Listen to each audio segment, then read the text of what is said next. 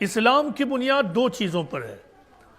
ایک کا تعلق ایشور سے ہے، اللہ سے ہے، اور دوسرے حصے کا تعلق انسانیت سے ہے.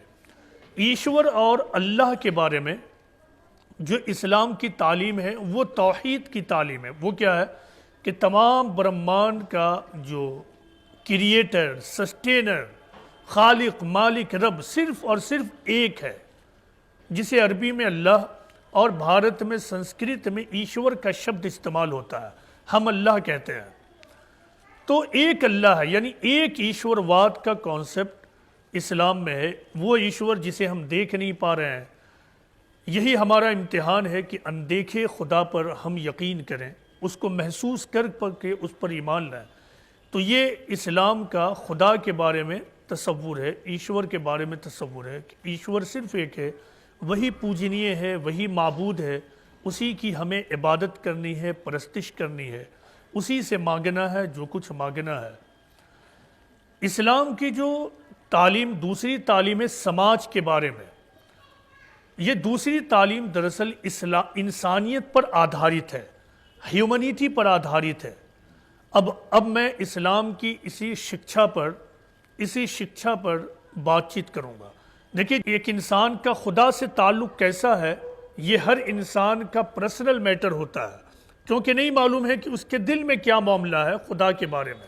ہاں، اس کے باہر کی پریکٹس سے بھی یہ ظاہر ضرور ہوتا ہے، لیکن خدا سے جو تعلق کا معاملہ ہے، خدا سے جو سمبندھ کا معاملہ ہے، یہ ہر انسان کا تھوڑا پرسنل معاملہ ہوتا ہے. یہ خدا ہی سمجھ سکتا ہے کہ اس کا سمبندھ خود اس سے کیسا تھا. سماج اور انسان کے بارے میں اسلام کی جو تعلیم ہے اس کو سمجھیے. دیکھیے، اسلام انسانیت کی تعلیم دیتا ہے. اسلام یہ کہتا ہے کہ یا ایھا الناس اتقوا ربکم الذی خلقکم من نفس واحدہ وخلق منہا زوجہا وبث منہما رجالا کثیرا ونساء.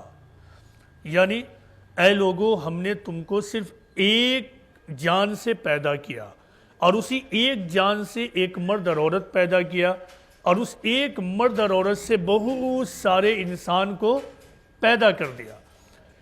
قرآن کی اس ورس سے یہ معلوم ہوا کہ اس دنیا میں جتنے بھی لوگ ہیں سب دراصل ایک ہی ماں باپ کی اولاد ہیں. سب ایک ہی ماں باپ کی اولاد ہیں. قرآن یہ کہتا ہے کہ آپس میں تم ایک دوسرے کے ساتھ بھائی بہن کی طرح رہو، کیونکہ تم سب بایولوجیکلی بردرز اینڈ سسٹرز کی حیثیت رکھتے ہو. بس فرق یہ ہوگا کہ عقیدے اور فیتھ کے اعتبار سے مسلمان فیتھ والے بھائی ہوں گے، اور بایولوجیکلی تمام انسان آپس میں بھائی بھائی ہوں گے. انسانیت کے بارے میں اسلام کی جو دوسری تعلیم ہے وہ یہ ہے کہ وَلَقَدْ كَرَّمْنَا بَنِي آدَمَ وَحَمَلْنَاهُمْ فِي الْبَرِّ وَالْبَحْرِ وَرَزَقْنَاهُمْ مِنَ الطَّيِّبَاتِ الی آخری آیا. اللہ تعالیٰ یہ کہتے ہیں کہ ہم نے بنی آدم کو، یعنی آدم پہلے انسان اور انہی سے تمام اولاد پیدا ہوئی، تو آدم کی اولاد کو ہم نے عزت بخشی ہے، اس کو خشکی اور تری پر سوار کیا ہے، اس کو پاکیزہ رزق دیا ہے. قرآن کی اس تعلیم سے یہ معلوم ہوتا ہے کہ اللہ تعالیٰ نے ہر انسان کو عزت دی ہے. تو پھر کون ہوتا ہے جو دوسری کی عزت چھینے؟ اگر مسلمان یہ سمجھتے ہیں کہ ہم بہت زیادہ عزت والے ہیں تو یہ ان کا بھرم ہوگا کہ ہم زیادہ عزت والے اور دوسرے عزت والے نہیں، بلکہ ہر انسان عزت والے. اسی طرح کوئی دوسرا سمجھے کہ ہم زیادہ عزت والے ہیں، وہ زیادہ عزت والے نہیں، تو یہ اسلام کی تعلیم شکچھا نہیں ہے.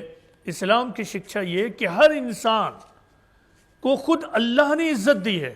تو جب اللہ نے عزت دی ہے تو ہمیں چاہیے کہ ہم تمام لوگوں کے ساتھ عزت اور احترام کے ساتھ رہیں.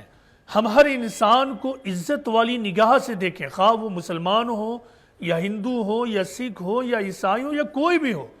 ہر انسان انسان ہے، اور انسان ہونے کے ناطے ہمارے اوپر یہ ذمہ داری ہے کہ سب کو ہم عزت کی نگاہ سے دیکھیں. ایک بار کا واقعہ ہے کہ پروفٹ محمد کے دو فالوورز سہل بن حنیف اور قیس بن سعد قادسیہ کے میدان میں بیٹھے ہوئے تھے. اس واقعے کو مسلمان بہت غور سے سنیں اور سمجھیں. واقعہ ہے کہ ایک بار سہل بن حنیف اور قیس بن سعد قادسیہ کے میدان میں بیٹھے ہوئے تھے۔ عین اس وقت وہاں سے ایک یہودی کا جنازہ گزرنے لگا، یہودی کا۔ وہ دونوں اس کو دیکھ کر کھڑے ہو گئے۔ ایک دوسرے شخص نے ان لوگوں سے کہا، جو تھوڑا سنکین اور نیرو مائنڈ کا آدمی تھا، اس نے کہا کہ آپ ایک غیر مسلم کے جنازے کو دیکھ کر کھڑے ہو رہے ہیں۔ تو ان دونوں نے کہا کہ ایک مرتبہ مدینہ میں ایسا ہی ہوا تو پروفٹ محمد کھڑے ہو گئے ایک یہودی کے جنازے کو دیکھ کر۔ لوگوں نے جب کہا پروفٹ محمد سے کہ یہ تو ایک یہودی کا جنازہ ہے، پروفٹ محمد نے جو جواب دیا اس کو غور سے سنیے۔ آپ نے کہا الیست نفسن، الیست نفسن، was he not a human being, کیا وہ انسان نہ تھا؟ کیا وہ انسان نہ تھا؟ تو یہ ہے پروفٹ محمد صلی اللہ علیہ وسلم کی تعلیم کہ سب کو انسان کی نگاہ سے دیکھنا اور انسان ہونے کے ناطے سب کی عزت اور سب کا احترام کرنا، یہ ہے شکشا۔ جو مسلمان اپنے آپ کو مسلمان کہے لیکن دوسرے انسان کے لیے اس کے دل میں عزت اور اکرام نہ ہو تو وہ سب کچھ ہو سکتا ہے لیکن مسلمان نہیں ہو سکتا ہے۔ اگر وہ مسلمان ہے تو اسے تمام انسان سے محبت کرنے والا بننا ہوگا۔ اگر وہ مسلمان ہے تو اسے تمام انسان سے ہمدردی اور کمپیشن رکھنا ہوگا، تبھی اللہ کی نظر میں وہ سچا مسلمان ہو سکتا ہے۔ دیکھیے قرآن آپ لوگوں نے پڑھا ہوگا، آپ نے پڑھا ہے کہ قرآن میں اللہ کے جو نام بتائے گئے ہیں ان میں سے دو نام ہیں رحمان اور رحیم، یعنی بہت زیادہ مہربان اور بہت زیادہ رحم والا۔ اسی طرح پروفٹ محمد کے بارے میں قرآن میں ہے کہ آپ رحمت للعالمین ہیں، یعنی سارے عالم کے لیے رحمت اور مرسی۔ اس کا مطلب کیا ہوا کہ مسلمان کو بھی اپنے اندر بہت زیادہ مہربانی اور رحم کا جذبہ پالنا ہوگا۔ مسلمان کو بھی تمام انسانیت کے لیے رحمت اور مرسی رکھنا ہوگا۔ حدیث میں ہے پروفٹ محمد صلی اللہ علیہ وسلم نے کہا کہ ارحموا من فی الارض یرحمکم من فی السماء، یعنی تم زمین والوں پر رحم کرو، آسمان والا تم پر رحم کرے گا۔ تم زمین والوں پر رحم کرو، آسمان والا تم پر رحم کرے گا۔ اگر کوئی مسلمان یا کوئی شخص یہ سمجھتا ہے کہ ہم زمین والوں کے لیے تو جلاد بنے رہیں، زمین والوں کے لیے ہم بالکل ڈھیٹھ بنے رہیں اور تب بھی اللہ اور ایشور میرے اوپر رحم کرے گا، یہ اس کی بھول ہے۔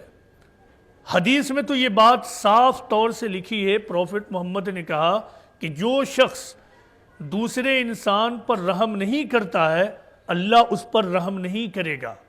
جو شخص دوسرے انسان پر رحم نہیں کرتا ہے اللہ اس پر رحم نہیں کرے گا۔ اسلام کی ایک تعلیم یہ ہے کہ انسان مسلمان ہمیشہ خدا کا شکر گزار رہے۔ کیونکہ خدا نے اس کو زندگی دی، اس کو سانس لینے کے لیے آکسیجن دیا، اس پوری کائنات اور یونیورس کو کسٹم میڈ یونیورس بنایا، یعنی ایسا یونیورس، کسٹم میڈ کہتے ہیں کہ کوئی چیز ایسی ہو جیسی آپ کو چاہیے۔ جیسے آپ جو شوز پہنتے ہیں وہ آپ کے ناپ کا ہے، اسی لیے اس کو بولتے ہیں کسٹم میڈ شوز۔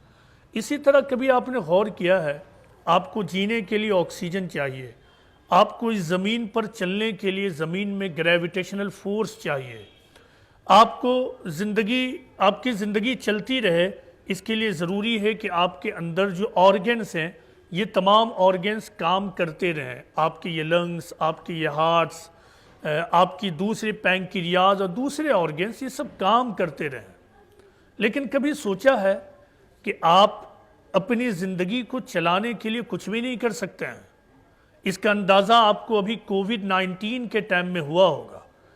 کبھی آپ اندازہ لگائیے کہ آپ دن بھر میں کتنا ٹن آکسیجن لیتے ہیں اور اس آکسیجن کا آپ کوئی پیسہ نہیں دیتے ہیں، لیکن کووڈ-19 کے ٹائم لوگوں کو ایک گیلن آکسیجن لینے کے لیے ہزاروں ہزار بلیک میل پیسہ دینا پڑ رہا تھا، رشوت کے طور پر پیسہ دینا پڑ رہا تھا۔ پیسے ہیں، آکسیجن موجود نہیں ہے۔ یہ ایک سچویشن تھی جو اللہ نے پیدا کیا تھا تاکہ انسان اپنے ایشور اور اللہ کو پہچانے کہ اس نے کتنا زیادہ انسان کے اوپر، ہم مانو کے اوپر رحم کر رکھا ہے۔ تو اللہ یہ چاہتا ہے کہ انسان سچے دل سے اپنے ایشور کا شکر گزار بنے، لیکن یہاں پہ ایک لیکن ہے۔ وہ لیکن کیا ہے؟ وہ لیکن یہ ہے کہ اللہ یہ نہیں چاہتا ہے کہ وہ اپنی زبان سے اللہ کا تو شکر گزار بنے کہ سارا کرپا اللہ کا ہے، سارا شکر اللہ کا ہے، سارا احسان اللہ کا، لیکن وہ یہ بھول جائے کہ میں جس پڑوس میں رہ رہا ہوں، جس محلے میں رہ رہا ہوں، میرے پڑوسی نے بھی میرے اوپر بہت سارے احسان کیے ہیں، میرے پڑوسی نے میرے ساتھ بہت سارے ایسے کام کیے ہیں کہ اگر وہ نہ ہوتا تو شاید میں ٹھیک سے رہ نہیں پاتا۔ اس طرح کی بہت ساری چیزیں ہیں، اس طرح کی بہت ساری چیزیں ہیں جو ہمارے پڑوس، ہمارے لوگ کرتے ہیں۔ مثال کے طور پر آپ غور کیجئے، اگر کسان کھیت میں اناج کو نہ اگائے تو آپ امیجن کر سکتے ہیں کہ آپ کو کھانے کے لیے چاول اور کھانے کے لیے گیہوں مل جائے۔ اگر آپ کے پڑوس میں کوئی آپ کا پڑوسی کوئی دکان نہ کھولے تو آپ غور کیجئے کہ آپ کو کوئی معمولی سامان لینے کے لیے بھی بہت دور جانا پڑے گا، کتنی مشقت اور ٹربل میں آپ پڑیں گے۔ تو یہ آپ کے لوگوں کا آپ کے اوپر احسان ہے۔ لہٰذا پروفٹ محمد نے کیا کہا ہے کہ لا یشکر اللہ من لا یشکر الناس، لا یشکر اللہ من لا یشکر الناس، یعنی جو لوگ انسانوں کے شکر گزار نہیں ہوں گے وہ اللہ کے بھی شکر گزار نہیں ہو سکتے ہیں۔ یعنی اس تعلیم کا مطلب کیا ہے؟ اس تعلیم کا مطلب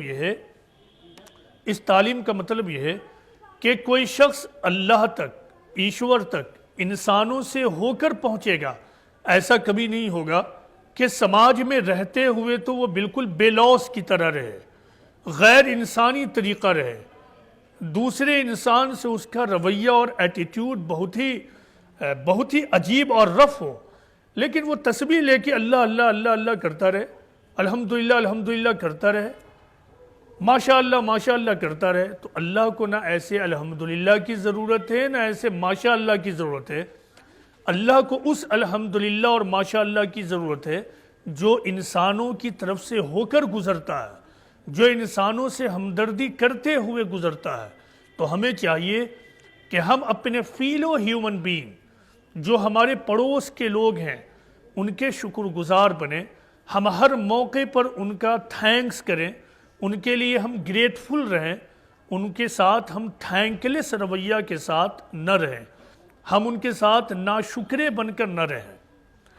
پروفٹ محمد صلی اللہ علیہ وسلم نے جو ہمیں ٹیچنگ دی ہے اور جو شکشا دیا ہے، وہ شکشا امن، شانتی، بھائی چارہ پر آدھارت ہے، مبنی ہے۔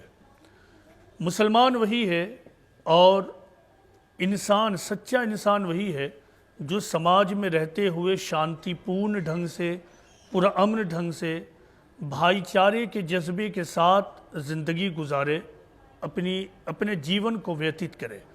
یہی اسلام کی شکشا ہے۔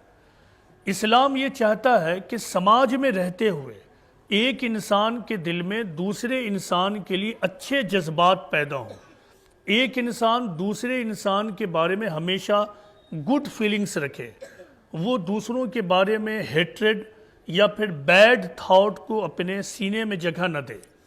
ایک بار کا واقعہ ہے، مدینہ میں ایک واقعہ ہوا۔ اس واقعے میں حضرت عائشہ رضی اللہ عنہا، جو پروفٹ محمد کی وائف تھی، ان کے بارے میں لوگوں نے جھوٹے پروپیگنڈے اڑا دیے۔ وہ بہت زیادہ انوسنٹ تھی، بہت زیادہ پوتر اور پاک باز خاتون تھی۔ تو میں اس کے ڈیٹیل میں نہیں جاؤں گا۔ اس کے بعد جو ہوا، جیسا کہ سماج میں ہوتا ہے کہ لوگ بغیر سوچے سمجھے تو میں اور وہ ایک پھساہٹ شروع ہو جاتی ہے، تو یہ مدینہ میں بھی ہونے لگا۔ اس وقت قرآن میں ایک شکشا اور تعلیم آ گئی، ہر مرد اور ہر عورت اس کو سنیں، خاص کے جو مسلمان ہیں، جو کہتے ہیں کہ ہم اسلام کے ماننے والے ہیں، وہ سنیں۔ قرآن میں آیت آ گئی کہ لولا اذ سمعتموہ ظن المؤمنون والمؤمنات بانفسہم خیرا وقالوا ھذا افک مبین، یعنی کہ جب تم لوگوں نے یہ بات سنی تو مسلمان مرد اور مسلمان عورتوں نے یہ کیوں نہ کیا کہ اپنے دل میں دوسروں کے لیے اچھی رائے رکھیں، اور وہ یہ کہیں کہ یہ کھلا ہوا بہتان ہے۔ بہتان ایک اردو لفظ ہے، اس کو انگریزی میں بولتے ہیں سلینڈر، یعنی تہمت لگانا، جھوٹی بات۔ یعنی اللہ تعالیٰ نے یہ نہیں کہا کہ تم لوگوں نے تحقیق کر کے کیوں نہیں رائے بنے، یہاں پہ ایسا کچھ نہیں کہا۔ پہلے مرحلے میں سماج میں جو شکشا دی گئی وہ یہ ہے کہ تم ہمیشہ دوسروں کے بارے میں اچھا ہی سوچو، ہمیشہ اچھی رائے رکھو۔ کسی کے بارے میں تم کو اگر بیڈ نیوز مل جائے تو تم اس بیڈ نیوز کو بھی تم گڈ نیوز کے طور پر لو، اور اگر تمہارے لیے یہ لازمی ہو جائے، آوشیک ہو جائے کہ کسی کے بارے میں تم اوپینین بناؤ ہی، تو پھر تمہارے اوپر فرض ہے، تمہاری ڈیوٹی ہے کہ تم خوب اچھی طرح سے ریسرچ کر لو۔ جب تک تم ریسرچ نہ کرو اور تمہارے لیے ضروری نہ ہو کہ کسی کے بارے میں تم اوپینین بناؤ یا اپنا مت بناؤ، تو پھر تم کیا کرو، دوسروں کے بارے میں تم اچھی رائے رکھو۔ قرآن میں دوسری جگہ پہ ایک بات بتائی گئی ہے کہ دیکھیں دوسروں کے بارے میں جو رائے آدمی بناتا ہے وہ دو طرح کا ہوتا ہے۔ ایک کو کہتے ہیں اردو میں حسن ظن، اور دوسرے کو کہتے ہیں سوء ظن۔ حسن ظن کا مطلب ہوتا ہے دوسروں کے بارے میں گڈ فیلنگز رکھنا، اچھی فیلنگز رکھنا، اور سوء ظن کا مطلب ہوتا ہے دوسروں کے بارے میں بری فیلنگ رکھنا۔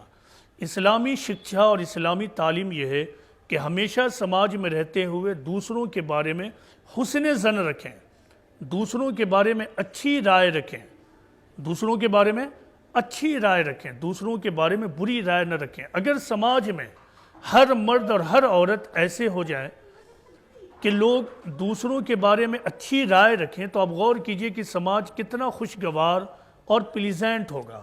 چونکہ سماج میں ہر مرد اور ہر عورت دوسروں کے بارے میں نگیٹو سوچتا ہے، نگیٹو فیلنگز رکھتا ہے، اسی لیے وہ اندر سے خود بھی ٹینس میں رہتا ہے اور دوسروں کے سے بھی اس کا ریلیشن اچھا نہیں بن پاتا ہے۔ سماج میں رہتے ہوئے کسی انسان کو بار بار جو ایک چیز کا ایکسپیرینس ہوتا ہے، انوبھو ہوتا ہے، تجربہ ہوتا ہے، وہ کیا ہے؟ اس کو نگیٹو ایکسپیرینسز ہوتے ہیں۔ بار بار اس کو ایسا محسوس ہوتا ہے کہ کوئی ہے جو مجھے غصہ دلا رہا ہے، واقعی کبھی کوئی غصہ دلاتا ہے، پرووک کرتا ہے۔ تو کیا ہر پرووکیشن کے موقع پر، ہر غصہ دلانے کے موقع پر آپ غصہ ہو جائیے گا؟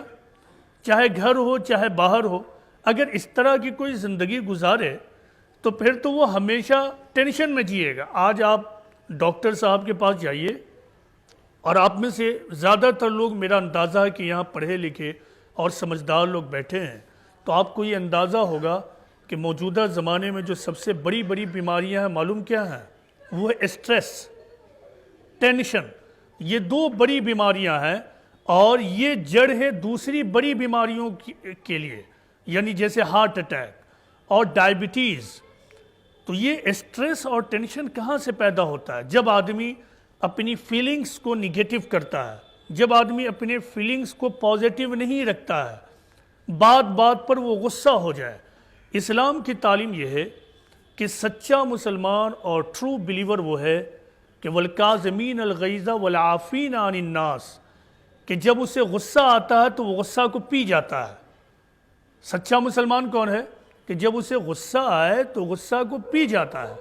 دوسری جگہ کہا گیا وَإِذَا مَا غَضِبُوا هُمْ يَغْفِرُونَ، کہ جب انہیں غصہ آتا ہے تو وہ معاف کر دیتے ہیں۔ یہ بڑا ڈیفیکلٹ سچویشن ہوتا ہے کہ آدمی کو غصہ آئے۔ اب غور کیجئے کہ غصہ کا آنا پیسفل ماحول میں نہیں ہوتا۔ جیسے یہاں کسی کو غصہ نہیں آئے گا، غصہ اسی وقت آئے گا جب غصہ دلایا جائے گا۔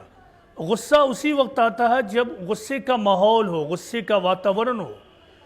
قرآن یہ کہتا ہے کہ غصے کے واتاورن میں تمہیں غصہ آ بھی جائے تو تم غصے کو پی جاؤ، تم دوسروں کو معاف کر دو۔ ایک بار کا واقعہ ہے، ایک اسٹوری ہے کہ ایک شخص پروفٹ محمد کے پاس آیا اور پروفٹ محمد صلی اللہ علیہ وسلم سے کہا کہ او پروفٹ، مجھے آپ کوئی گیان دیجئے، کوئی شکشا دیجئے۔ پروفٹ محمد نے معلوم کیا کہا؟ پروفٹ محمد نے کہا لا تغضب، یعنی ڈونٹ بی اینگری، غصہ مت کرو۔ اس شخص نے کہا کہ کوئی اور شکشا دیجئے۔ پروفٹ محمد نے کہا کہ لا تغضب، ڈونٹ بی اینگری. اس نے کہا کوئی اور شکشا دیجئے. پروفٹ محمد نے تیسری بار بھی کہا کہ لا تغضب، ڈونٹ بی اینگری، یعنی غصہ مت کرو. دیکھیے گھر میں میاں بیوی کے رشتے، پڑوس میں ایک گھر اور دوسرے کے رشتے، آپ کسی آفس میں جاب کر رہے ہیں، آپ دکان چلا رہے ہیں، بار بار اس کا ایکسپیرینس ہوگا کہ آپ کو غصہ آئے گا. اس وقت دو میں سے ایک صورت ہے، یا تو بیوی میاں سے لڑ جائے اور میاں بیوی سے لڑ جائے، ماں باپ جو ہیں اپنے بچوں سے لڑ جائیں اور بچے ماں باپ سے ناراض ہو جائیں، ایک پڑوسی دوسرا پڑوسی سے لڑتا رہے. اور دوسرا طریقہ یہ ہے کہ آدمی اپنے غصے کو تھام لے، اپنے غصے کو کنٹرول کر لے. اس کا دو فائدہ، ایک تو ریلیشن مینٹین رہے گا، اور دوسرا آدمی اپنے آپ کو بیماریوں میں مبتلا نہیں کرے گا، وہ اپنے آپ کو اسٹریس اور ٹینشن میں نہیں ڈالے گا. موجودہ زمانے کی یہ بہت بڑی بیماری ہے اسٹریس اور ٹینشن، اپنے آپ کو اس سے بچائیے. اسی طرح دیکھیے سماج میں رہتے ہوئے آپ کو کئی بار آپ کا پالا نادانوں سے پڑے گا، ناسمجھوں سے پڑے گا، اور یہ ناسمجھ ایسی باتیں کہیں گے جو صحیح نہیں ہوں گے. ان باتوں پر آپ بہت زیادہ بھڑک اٹھیں گے، ان باتوں کو لے کر بولیں گے ارے وہ صاحب ایسا کہہ رہے ہیں، یا پھر وہ لیڈر اس طرح کا اسٹیٹمنٹ دیتا ہے. ایسے تمام موقعوں پہ، خواہ گھر کا معاملہ ہو یا محلے کا معاملہ ہو یا نیشن لیول کا معاملہ ہو، ہر موقع پہ قرآن کی شکشا اور تعلیم یہ ہے وَأَعْرِضْ عَنِ الْجَاهِلِينَ، وَأَعْرِضْ عَنِ الْجَاهِلِينَ، یعنی نادانوں سے اعراض کرو. اعراض کا مطلب ہوتا اوائیڈنس، یعنی نادانوں سے اوائیڈنس کرو، نادانوں سے بچو. اگر آپ نہیں بچیے گا تو نادانوں سے آپ لڑتے رہیں گے، اور اس کا آخری نتیجہ کیا ہوگا؟ آپ کا جو اپنا سفر ہے وہ ڈسٹرب ہوگا، آپ کا جو اپنا مشن ہے وہ ڈسٹرب ہوگا، آپ کا جو اپنا پرپس آف لائف ہے آپ اس راستے پر پیسفل ڈھنگ سے نہیں چلیں گے. قرآن نے یہ بتایا ہے کہ دشمنی کے موقع پر دشمنی ہی نہ کرو. تم دشمنی کے موقع پر دشمنی ہی سے بدلہ نہ لو، بلکہ تم دوسرا طریقہ اختیار کرو. قرآن نے اس معاملے میں تمام انسان کو ایک بہت ہی بڑا میسج دیا. دیکھیے آدمی یہ سمجھتا ہے کہ اس دنیا میں ہمارے لیے دو ہی رشتے ہیں، یا تو میرا کوئی دوست ہے یا پھر دشمن ہے. ہر آدمی اپنے آپ سے پوچھے، ہر آدمی یہی سوچتا ہے کہ یا تو کوئی میرا دوست ہے یا پھر کوئی میرا دشمن ہے. اللہ تعالیٰ جو تمام مانو کا کریٹر ہے، خالق ہے، جس نے پیدا کیا، وہ سب سے بڑی بات جانتا ہے. اس نے بڑی بات بتائی کہ وَلَا تَسْتَوِي الْحَسَنَةُ وَلَا السَّيِّئَةُ اِدْفَعْ بِالَّتِي هِيَ أَحْسَنُ فَإِذَا الَّذِي بَيْنَكَ وَبَيْنَهُ عَدَاوَةٌ كَأَنَّهُ وَلِيٌّ حَمِيمٌ، یعنی برائی اور بھلائی دونوں ایک نہیں ہو سکتے ہیں. تم جواب میں وہ کہو جو بھلا ہے، پھر تم دیکھو گے کہ جو تمہارا دشمن تھا وہ تمہارا قرابت دار دوست بن گیا. دیکھیے ہر انسان کے اندر، ہر دشمن انسان کے اندر آپ کا ایک دوست انسان بیٹھا ہے. ہر غصہ والے پتی کے اندر آپ کا ایک محبت کرنے والا پتی بھی بیٹھا ہے.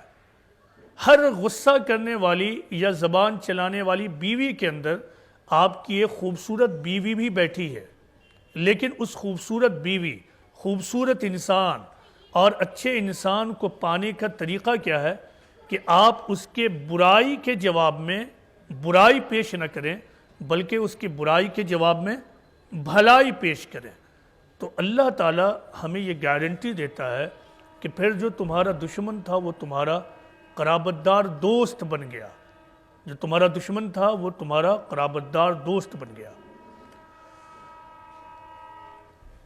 دیکھیے عام طور سے سماج میں، خاص کر جو دھارمک سماج ہوتا ہے، میں نے یہاں پایا یہاں آئے دن کیرتن اور بھجن ہوتا رہتا ہے، مسلمانوں کے درمیان بھی ہوتا ہے، آج دیکھیے یہاں بھی ہو رہا ہے.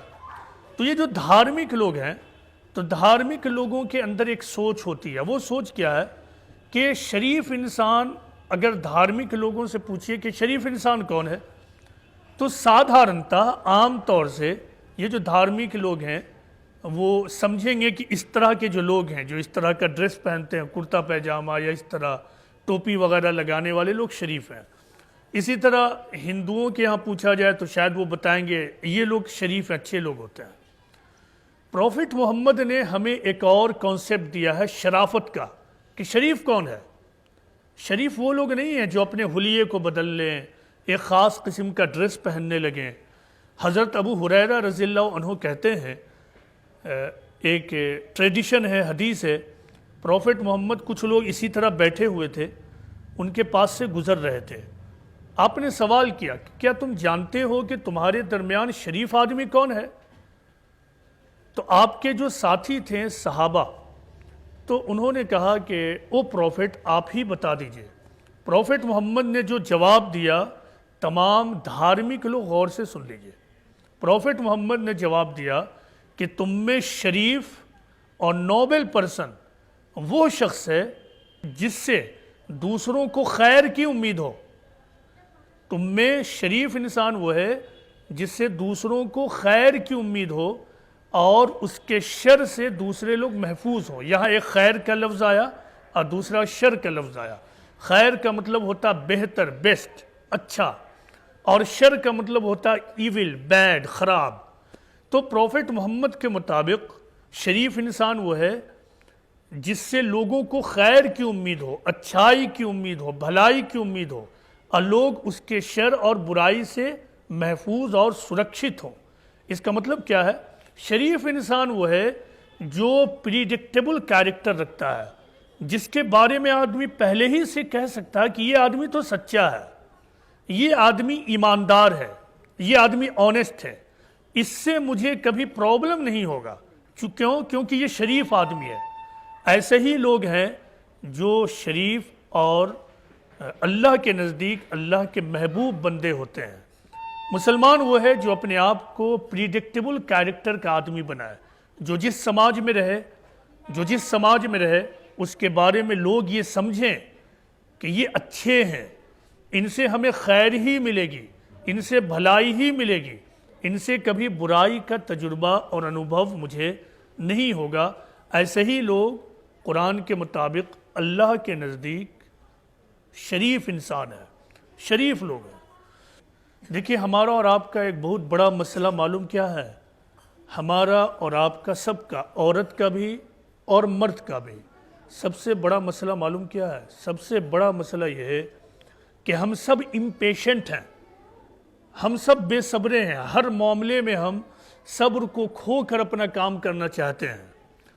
اسلام کی ایک سب سے بڑی شکشا یہ ہے کہ تم ہر حال میں صبر کرو، اور قرآن میں بار بار اور الگ الگ انداز میں کہا گیا ہے ان اللہ مع الصابرین، یعنی بلا شبہ انڈاؤٹیڈلی اللہ صبر کرنے والوں کے ساتھ ہوتا ہے۔ ایک بار کا واقعہ ہے، پروفٹ محمد صلی اللہ علیہ وسلم کے ساتھ آپ کے چچا کے بیٹے عبداللہ بن عباس رضی اللہ عنہ تھے۔ حدیث میں ہے کہ آپ نے عبداللہ بن عباس سے کہا کہ دیکھو تم صبر کرو، صبر میں بھلائی ہے۔ صبر کا مطلب ہوتا ہے پیشنس سے کام لیا کرو، صبر اور پیشنس میں بھلائی ہے، اور صبر کرنے والوں کے ساتھ ایشور ہوتا ہے، اللہ ہوتا ہے، اور تکلیف میں کشادگی ہے اور مشکل میں آسانی ہے۔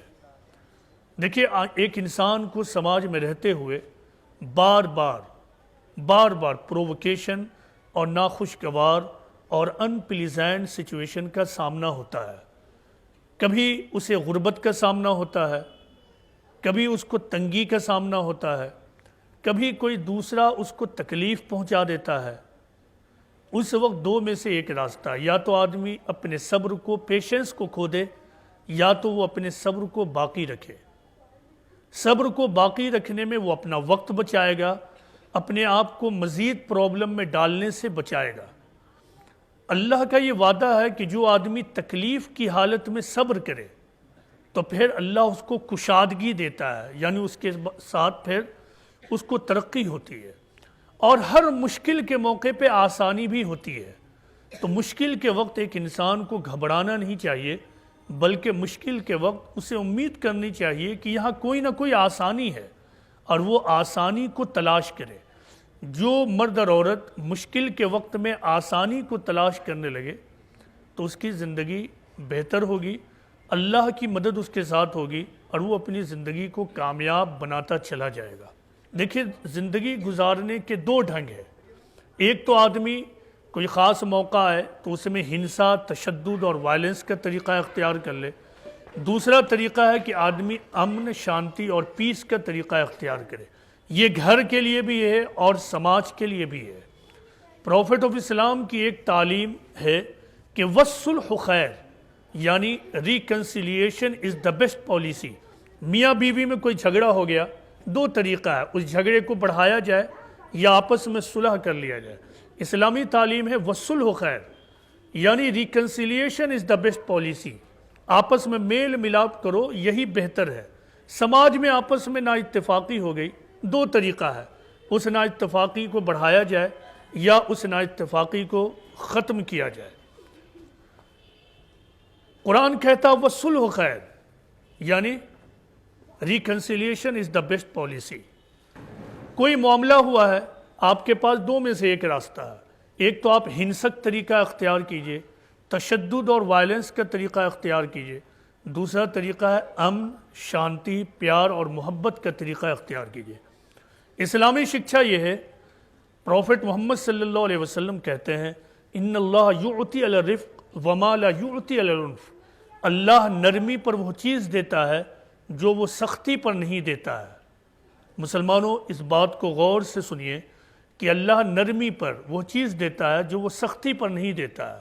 اس حدیث کو میں دوسرے لفظوں میں آپ کو اس طرح سمجھا سکتا ہوں آج کی زبان میں کہ اللہ امن، شانتی، پیس پر وہ چیز دیتا ہے جو وہ ہنسا، تشدد اور وائلنس پر نہیں دیتا ہے۔